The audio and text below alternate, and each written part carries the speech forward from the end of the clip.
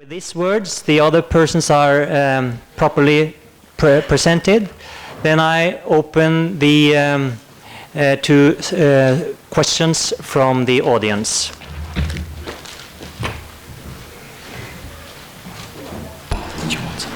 Acknowledge that both are real, but at this point in time, people are tending to polarize between either a view that is spiritual or a view that's material. And I think that what is happening is that we're trying to transition into a more holistic paradigm where both of these, both the material science as well as the spiritual understanding of even the material, will be coming together. Quantum mechanics are going very quickly towards bridging that gap between, say, science and spiritual concepts. But we live in a time where it's not kosher.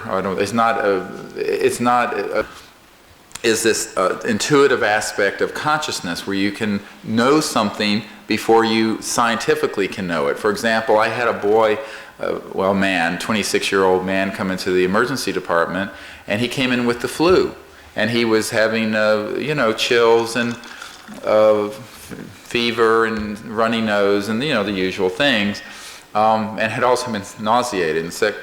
And his family was temperature regulation. It was hitting the chemotactic trigger zone, which is the area of the brain that controls nausea, et cetera, and so on. So all of his symptoms looked like the flu. Now this was, the neurosurgeon that I referred him to emergently, because he was going to be dead in 12 hours from his brainstem herniating down through his the foramen magnum and pressure on the brain, said, "How in the world did you even think to get a CAT scan?" And I just smiled and said, "Oh, I had a hunch. I just had a hunch." But it's sad. Now that's what I have to say to my colleagues, because they would otherwise look at me like, what's wrong with him that he's. But you can use these abilities in every aspect of your life, as long as you use it for the good. But we live in a time where people aren't quite comfortable with that. And what I'm saying to people is that it's time to reject the scientific in order to accept the spiritual, nor should we have to reject the spiritual.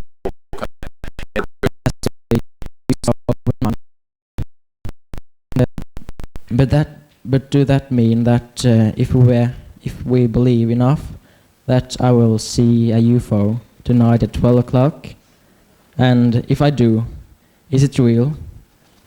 Is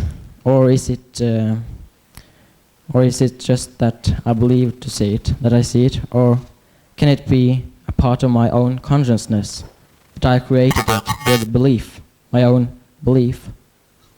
Get into an epistemological crisis in the sense that if the entire universe is folded within you, then everything you see in the universe is part of you.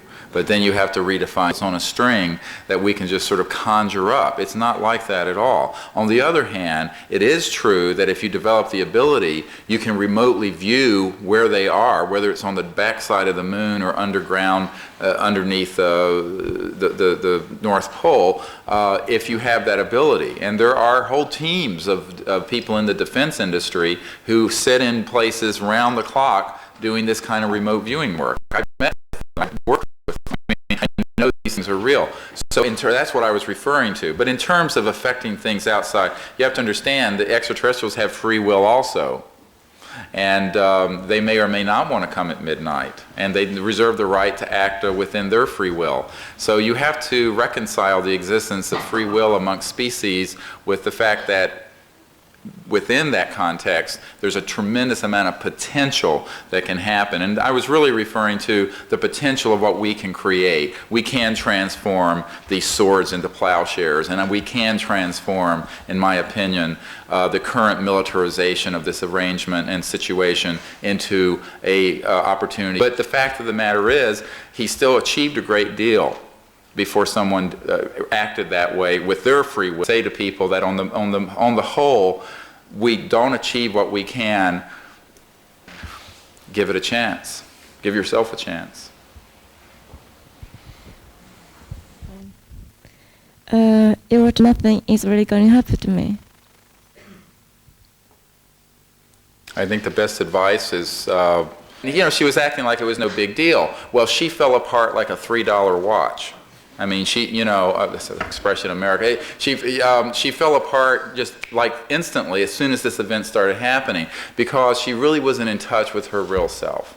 And she had a lot of latent fears and insecurities about the unknown. We're talking about a huge unknown here. No, I don't mean to downplay that. So, but I'm the kind of person that enjoys an adventure. I'm not afraid of taking risks, and I'm that kind of person. Some people aren't that kind of person. They should stay home and do something else, like, you know, make a sweater or I don't know what, but do something, but watch television or do something. Now, if you feel that you want to do that, but you're concerned about having a fear reaction, that's a very different situation. Just wash away. And so that's what I do. You know, as a doctor, people think doctors don't have feelings, and some of them don't. In Nevada. Can I answer this? I did an investigation in the Area 51 after sunset. So I was in Las Vegas for about a week for a conference, and I took a television team from ABC Television with me because they interviewed me, they were interested in me because I was the alien on the conference, I was German. And so I said, hey guys, if you really want to see a UFO, maybe we see one tonight, human piloted, but anyway, just come out with me. I mean, what can we lose? Nothing. Have a nice night in the desert.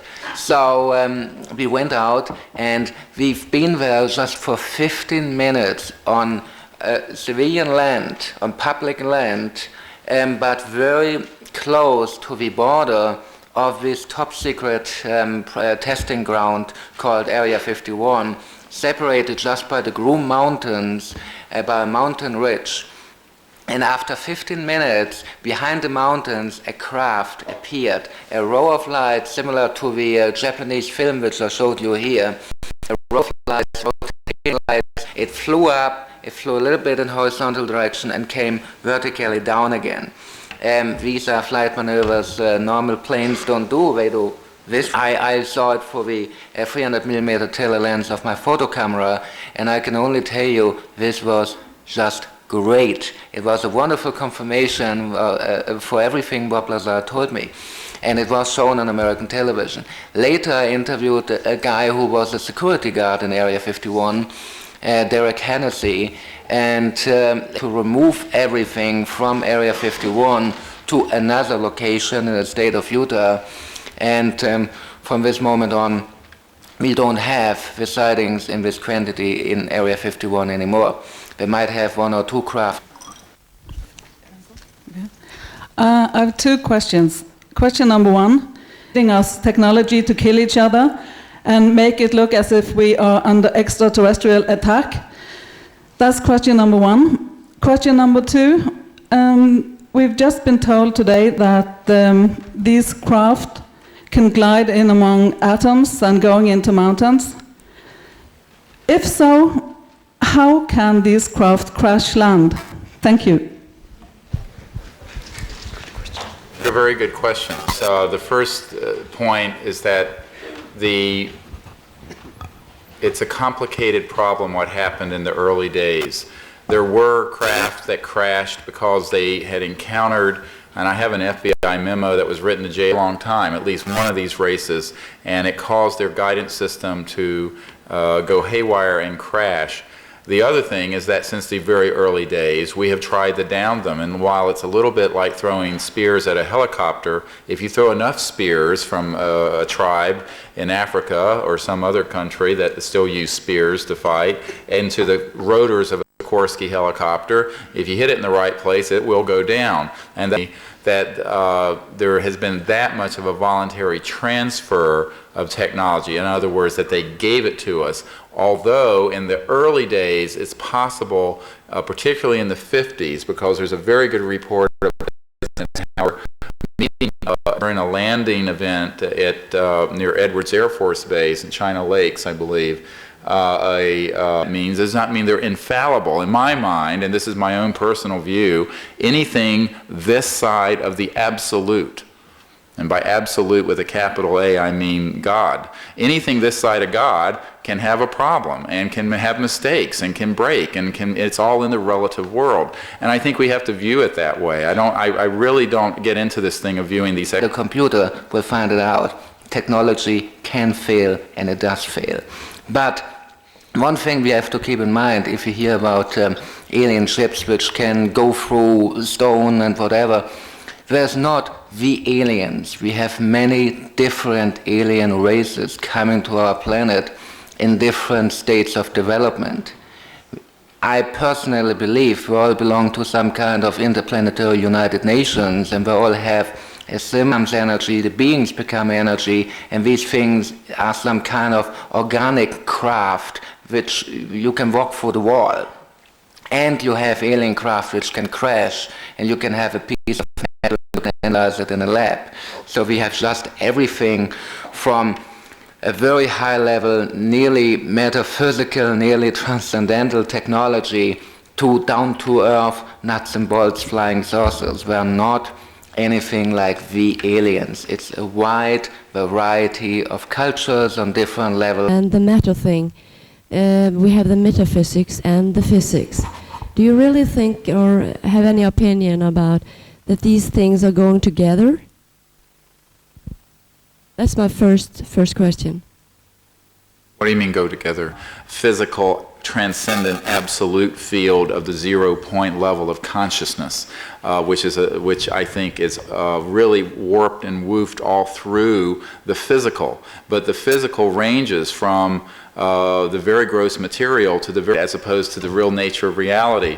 I think on a very real level, there is a holographic aspect and oneness in the universe, and that every point in time and space is present at every other point in time and space, not only just this material grossest aspect, but all of... We're talking a lot about holograms, and hologram is a three-dimensional optical physical phenomena.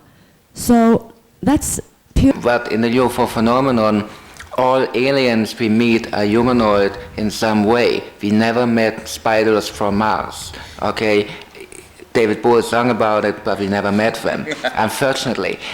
Or fortunately, we never met jellyfish coming out of UFOs or anything like this. So we can assume that the human form, the basic human form, with variations, of course, because Robert Sheldrake wrote about it, from one planetary system to the other.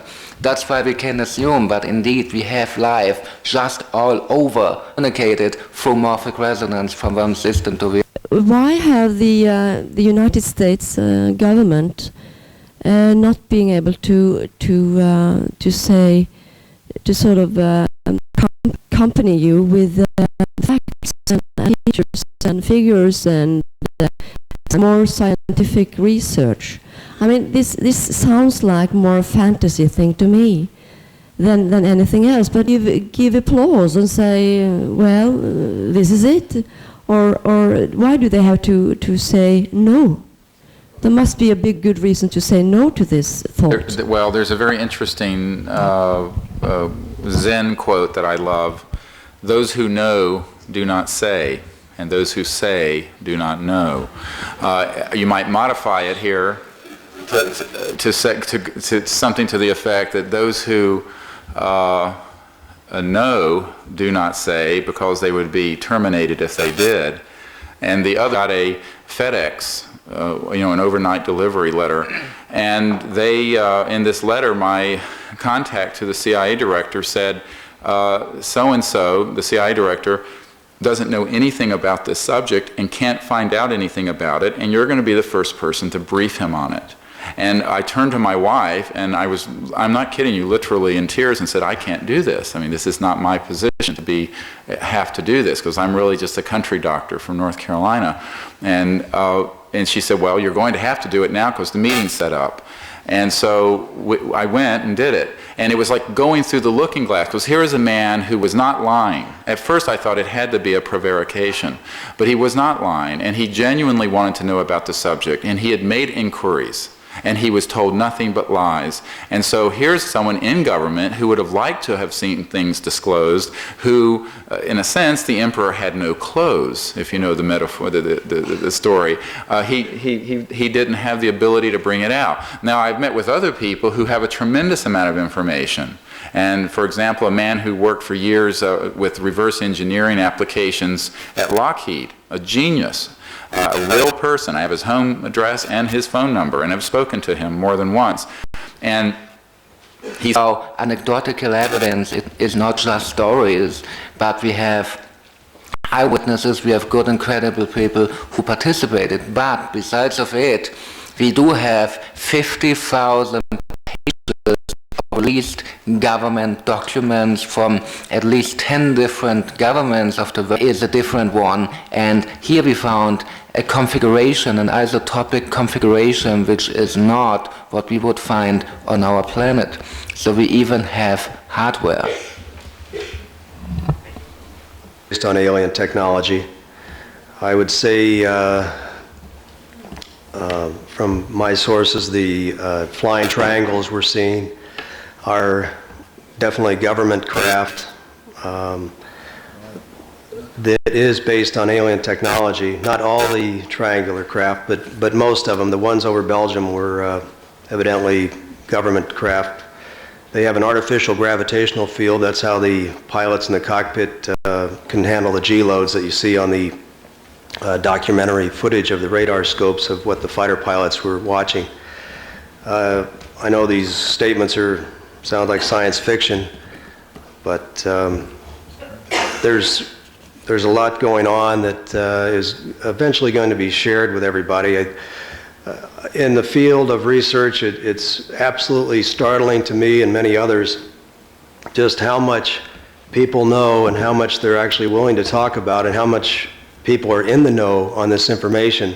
And they'll talk about it behind closed doors as long as they're not quoted or their identities brought out. But it's just overwhelming, the number of people involved with this that have been able to keep a secret this long. But some of them are letting it weigh on their conscience, I think, as they get older. And if I was in my 50s or 60s or 70s or 80s, like Colonel Corso, and he was kind of played as a pawn in the whole thing. But even his last book or the second to last book, I guess he wrote, really debunked all this for one final nail in the coffin before he left. And he believed there was life out there, as we all know, but he just didn't think there was any way it was getting here. And it's kind of sad that somebody of his caliber, and his movie just came out, and he didn't get to live to see the full story of this scenario. But so many of these conferences, it's all about the material craft and the video footage, and yeah, where's the hard evidence? But the people I find very fascinating are the scientists, and I strongly feel many of them, if not all of them that I've met with, and military personnel that have actually came here. It's amazing. It's not a full house all around the block. If any of this evidence is true, this is obviously the most startling thing in the history of humankind. And it is a real shame that it's been kept from us and the real hard evidence. But what have they learned from these beings? And that's the more important part than are they physically here? Yes, we've got enough physical evidence that's been computer analyzed, enough pilots and other professional witnesses and other amateur witnesses are getting enough proof now. The thousands of which I've been able to get access to. I'd like to share what they have learned from these beings, because it's fascinating. I'd like to add that I did say that 90% of UFO information is disinformation, and the reason why you haven't heard about man-made UFOs is because you are not within the military in the top secret sequence, if I can say, because even here in Norway, of course, only the top generals know the truth, not all the officers, only those who have, because you're in the NATO system, need to know. So there are very high officials who do not know. In this country, your Riksdagsmen, your members of parliament, do not know. They have never seen any documents. Some of your ministers do not know. I believe your prime minister does. The same goes for Finland. I've talked to congressmen in many countries, and they have ministers of government, and they have never heard a word. So why would a commoner know the secrets that only the military intelligence and an organization, which is an international organization in the world, which has Star Wars technology, ETs. And you were mentioning about the Greys, I mean about this one race. That is also a lot of it, of course, increases. And of course, because this is the biggest military secret in the whole world, commoners would never find out, because all you get in great amount is disinformation. And remember, about 90% of the craft I believe that you do see are man-made, but some are real. And how do you distinguish?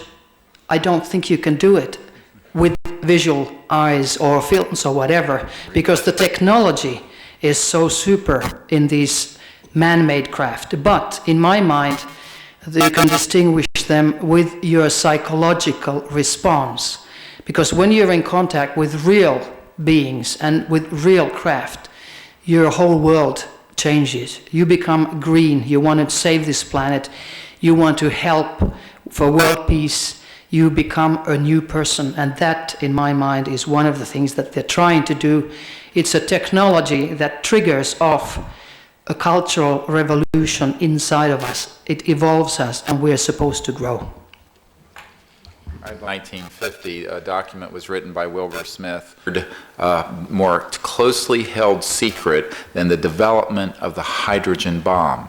Now, you keep in mind, this is 1950. We detonated the first H-bomb at Bikini Atoll in July of 1952. What could be more secret than the development of the ultimate doomsday weapon? This subject was. And if it was like that in 1950, it is 100 times that much today, because they've figured out the technology and they're using them in various ways. This is the biggest secret in the history of the world. Lord Hill Norton, head of the Ministry of Defense for several years in the United Kingdom, and a five-star admiral, told me that secrets very well can be kept. And while he never knew about this secret, he told me that he and 26 other people knew of something that occurred in the 60s in Europe, which would have changed the course of history had it not been kept secret. And every single person has to their graves, and there are only a few left living, him and a few others. He wouldn't tell me what it was, although I asked him, of course, but he says, believe me, secrets can be maintained.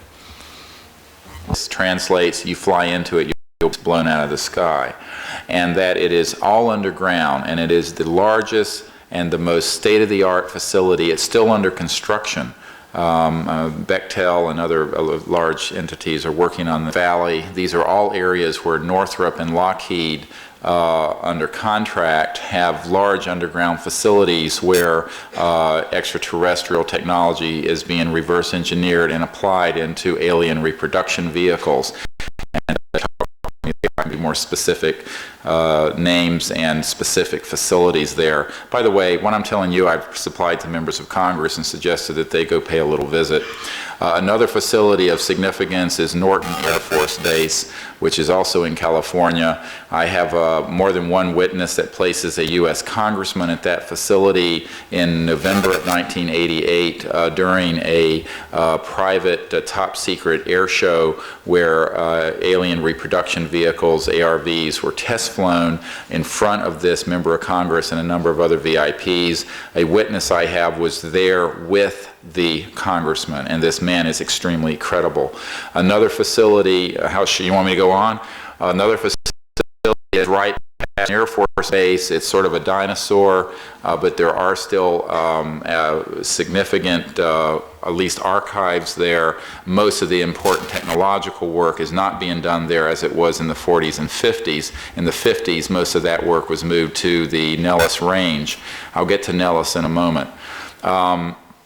The Wright-Patterson Air Force Base, a member of the September of that year, set up a meeting that was secret between me, my military advisor, and my intelligence advisor, and the senior staff and director of FASTIC, the Foreign Aerospace Science and Technology Center. I'm the only ufologist you will ever talk to who's ever been in this facility. And we met for about an hour and a half with Colonel Canola and a man who was a suit, allegedly the public information officer, but who was obviously Air Force intelligence. And I went there not so much to ask them what they had and what they knew, but to inform them that we were going to move in the direction of disclosing all these secrets to our representatives and eventually to the public, and that they should get ready for a heads up. I walked right into this facility, which was a secret facility. We had official badges to go in, and the meeting was set up. I went there directly after spending several days at Lawrence Rockefeller's ranch to try to find support for a world disclosure on this. Another facility of significance, and by the way, at Wright-Patterson, there are so many of the original there under the blue beret escort on a C-141 transport plane, and this is from a man who is a major in the Air Force and was the head of the Air Force intelligence for the 21st Air Force Division at the McGuire Air Force Base, which is adjacent to Fort Dix, and he stated that the ET that was killed was flown to Wright-Patterson. Another facility of significance is the Nellis Range. As mentioned, Pahut S9 is the most critical area, and Pahut Mesa is very critical, and these are underground. There's still significant activity there, but a lot of that activity has been moved to the Utah facility. Another significant facility is in Australia in the outback near Alice Springs. There are several underground facilities in the Australian continent of significance. And anyway, I mean, I don't want to take all day, but we know where a great deal of these assets are. The only other thing I'd mention is the testing has been going on. I will remind you that the Miracle laser, M-I-R-C-L-E, Miracle laser, which is being tested in the next week or two on a satellite, is being fired from the White Sands missile range there near Holloman. And lastly, of course, the New Mexico facility known as Kirtland Air Force Base and the very significant facilities that are tied into it known as Sandia National Laboratories and the Riel, and the Kirtland facility, which is part of the Sandia is located there, are very significant R&D areas. Soft kill means that they are putting electromagnetic waves, microwaves, from a neighboring house or a neighboring apartment continuously every night, and I can measure it with a microwave leak detector. I can see that it is harmful and it causes your cells, your cell membranes harm, and the idea is slowly to kill you. That DNA system in your brain is going to break down in a few years, or depending on the intensity, what they're putting that frequency on, and you will end up with having cancer. Stephen Greer yesterday said he had cancer, his assistant has cancer, Congressman Schiff has cancer. I don't have it yet, but that is the most likely scenario to happen. Also, they can cause bleedings. I've had them already, and I would go as far as saying that Anne Holt, your Minister of Justice, who was only 2 months, your Minister, Intelligence, and especially the secret police, which are using these methods, she got a bleeding all over, and doctors did not know what was the cause. I said it to an insider. I think they beamed at her, and they said, "You got a point," as if I was right. This is what they're doing. What was your second question about? How I was almost escaped. I don't want to go into it, but I'll say that I was in a in a meeting where an American friend of mine asked that could we tonight implant you etherically? And I said, sure, what you do etherically, that's okay, but I do not allow it physically. Then that same night, I found out from somebody that it would be physical. And the reason would be, when I said, why? Well, you can't go on unpunished the way you talk. I left the party, so I was not implanted. But somebody said, we'll get you someday. I've tried to do everything that I can to stop it, because once you're implanted, then you are in total control of the satellite or the computer where you put into. And whoever is in charge of that computer, they just press the button and they immediately get a contact to that microchip, which is in me, it's in the body. sometimes in the back, like I mentioned, but it's also often they put it into the brain. And they have had these through the nostrils. They have had these done in America in prisons without the consent of the prisoners. It's forbidden. Of course, this is criminal. But they put the prisoners to sleep and told them that it's a normal operation, whatever they had an illness. They couldn't attack or anything. You can take away aggressiveness if you want to with this method, or very horny sexually, and I didn't want that. I mean, that's the least I want, because then they misuse you. And there's with Navy surveillance, electronic surveillance project, also in the, and he went all over the world trying to tell people that he's implanted, and of course everybody says, well, you're crazy, I mean, it doesn't happen. Then he took x-rays. It was a mushroom-shaped implant in the 70s, now they're somehow. So doctors in Sweden, probably working with the secret police together, wrote to Dr. Peter Lindström and said, you have to take away your statement, because that was very dangerous proof. And Sahlgrenska in Göteborg, he was of Swedish origin, and he didn't tell anything about the patient. He said, here are x-rays, I want your opinion. The same thing, implants. Metallurgious question. Because the microchips that they're doing now with, they're very, very small, and they can have in 250,000 where you were born and whatever. There can be on your health, etc. There can be also information when you're going to be killed. And especially, like Stephen said, more I can do, but they have saved me 5 times from absolute deadly accidents. They have interfered when I was driving a car in Lapland when I was chief medical officer there. I was driving a car and an elk jumped into the road, from the woods, and I was going to hit it. And I thought, that's it. There comes an invisible force or a wall between us that throws the elk up. It was in the air coming down, weighing maybe 600 kilos. Coming down, a force comes and throws it out 4 or 5 meters back to the woods. I mean, that's impossible according to the laws of physics, as we know them today. I was in Ibiza, I was driving a motorbike, I thought I was 15 years old or something. 15, huh? So I put it all into full force, and I went 3 meters up into the air. I had a helmet, and I fell down on the asphalt on my back, and this motorbike is coming towards my thorax. I thought, finished.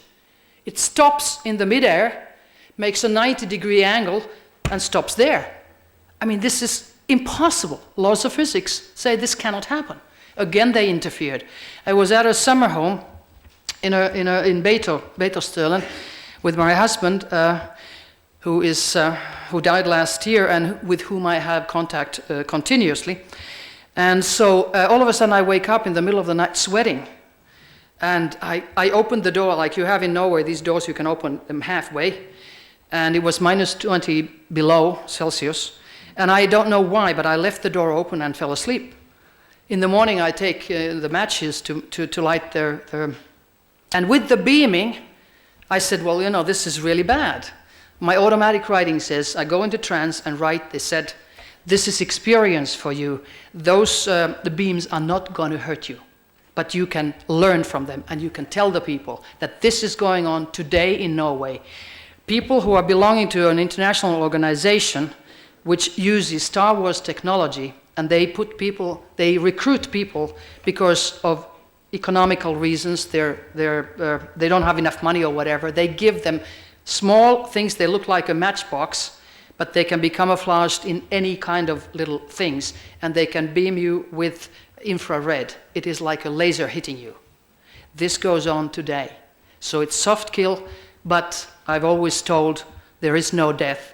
I went to the police in Finland, because it goes on all over the world, and I complained, and the police said, why do you think, and I said, say hello to the secret police, I know who's behind this, trying to shut me up. So the policeman said, why do you think that the secret police would be interested in you? I said, well, I've gone around and I've said there is 36,000 white people on the backside of the moon today, a colony. We have rockets going, but there is no death.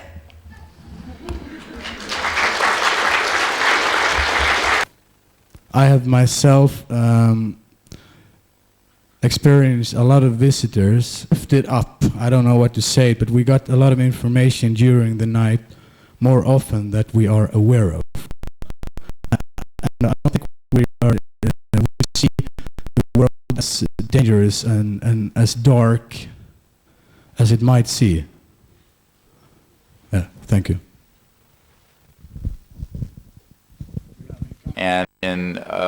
But I think that indeed we are sort of children of the half-light. We're just literally in that final transitional stage, as we say in childbirthing, where it is coming forward. So it depends on how you look at it. I think it's part and parcel of this whole transitional time that we're in, and that we would do well to focus on the great potential view of the serious problems in humanity, but at the same time, what should be forefront in our minds is that our vision should be focused on that far horizon that you refer to, and the very much goodness that is in the world and that is growing in the world, and that I think cosmic one in the next century. I think everything is in divine timing from what I've found out. So let's say that were shared that weren't shared with all mankind, and whether we're talking about cancer cures, I think the almighty dollar and the human consciousness of the people that were in control of this information had a big part in keeping away at night and see the stars, and it almost makes you dizzy just seeing how big everything really is. And when I'm flying along in my cockpit, and once I get above 10,000 feet, you can't see a human being, and an average being from another world coming here, it would look like there is no life on this planet from out there. And there's just so much more going on out there that unfortunately it's such a small group compared with the millions that would really, even though CNN did cover it, they had the woman claiming she'd been to Venus and stuff instead of the seriousness of it. But I think we need to kind of take a different direction sometimes on this, and what else did they share other than this fantastic technology of anti-gravity? There's a lot more messages. Dimensions are folded within one another. And to not think in terms of, in a sense you're going somewhere, if you want to do it with the physical body, unless you're extremely adept, I say that unless, it helps to have a device and a craft of some type, and there are technologies that facilitate that.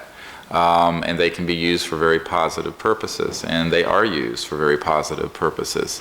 One of the debates, of course, that is raised is that people will say, well, these UFOs are actually not extraterrestrial, they're interdimensional. And of course, to me, that's like two men arguing about a piece of fruit that we call an orange, and one of them is saying that it's round and the other one is saying that it's orange, the color orange, and of course it's both round and orange. It's not an either-or proposition, it's both. And in this sense, while it's true that our box of reality has got to be thrown out the window as far as how we perceive life.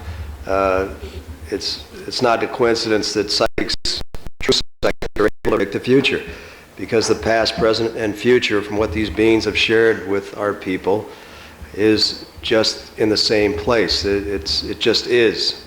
So in the reality of things, there is no time. There just is.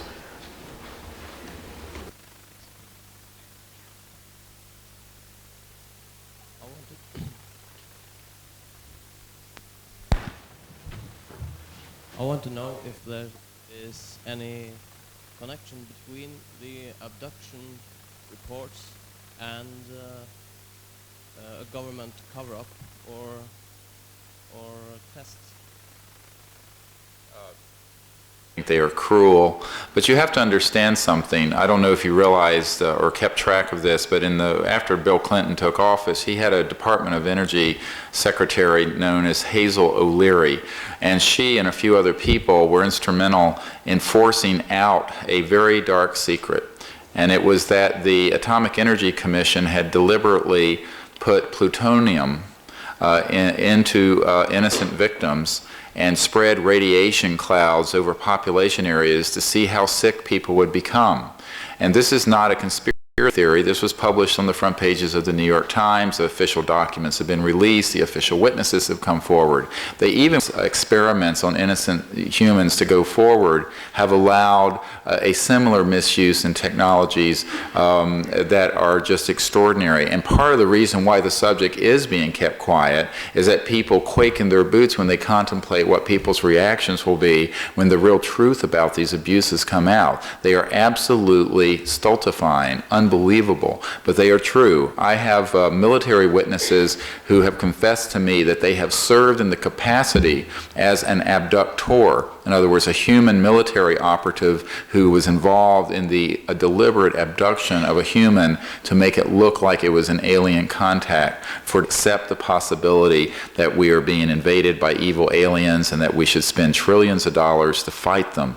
This, of course, enriching a very endangered species called the military-industrial complex that has, with the collapse of the Cold War, not much justification for its existence. So I think that it is a real problem. Now, with saying that, I don't want anyone to construe that it's my opinion that there are no actual human extraterrestrial contacts. There are. I know there are, and they are legitimate. But those are, if I can use an analogy, those actual contacts are like a beautiful golden nugget that are buried underneath a whole mountain of... There's a lot more of the real abductions, or I don't like using that term, and I know a lot of you don't.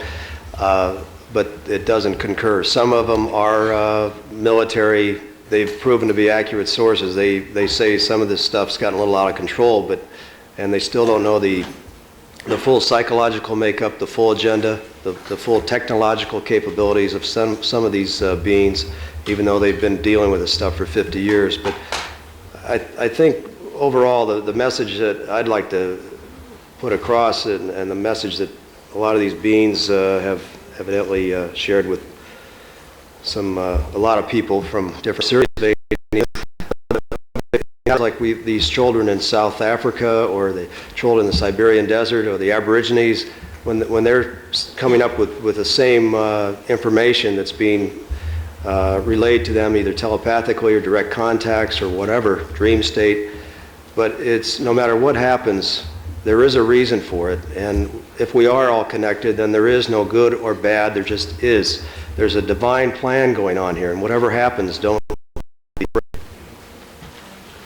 If you could ask me if there are any bad aliens that do this with a bad purpose, with a bad attitude, and well, we know that there are humans that are very troublesome. I mean, no one will adopt. You can't be totally in an a-relativistic moral framework. In other words, degrees of enlightenment and ignorance, and varying degrees. I don't believe that there is an extraterrestrial species or race that I would call evil, because I would consider that cosmological racism. This would be the same thing I would question, because if they're here, they have probably been observing us for some time, and it seems rather unlikely that after all these thousands of years they would suddenly appear, just as we have all these advanced technologies, and start doing things that would be a problem for us in terms of being truly malevolent. Unlikely that there's any interstellar species that are in the aggregate malevolent towards us, because there's no evidence for that, and I think people who would like to have us believe that have many hidden agendas. I asked Gordon Cooper. Preparing the thankfulness for this conference to you, I have not had I have difficulties in expressing my gratitude, and because all of you know that these persons have come here, spent the whole days and the whole presence in Norway in this house, so to say, and they have shared with us some very, very important questions, and I feel very confident and happy for their contribution. So that is not so very easy to give some sort of a gift after this presentation, but I will try.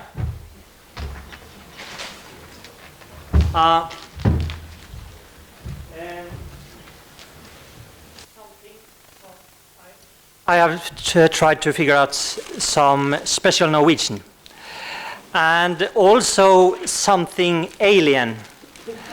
And also because you have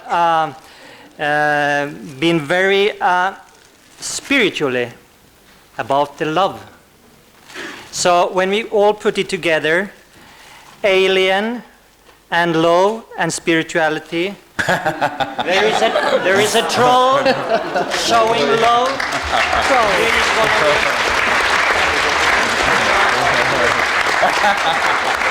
My children will love it. Thank you.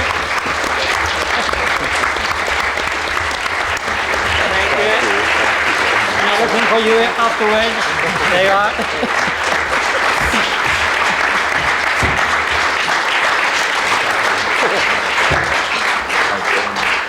For Rauni-Leena, she's used to trolls, so I think this is not the best souvenir for one living in Norway. So we have another gift for you.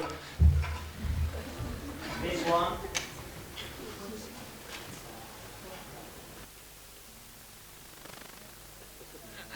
It's above top secret. It says it, isn't it? Top secret gift. I'm not finished. As I said, you have spent the whole part of your stay here in Norway, either in here or out in the dark. You haven't had a glimpse of our beautiful country, and consequently, I tried to give you some book to remember what is a part of with pictures in order to return and see the reality for yourself.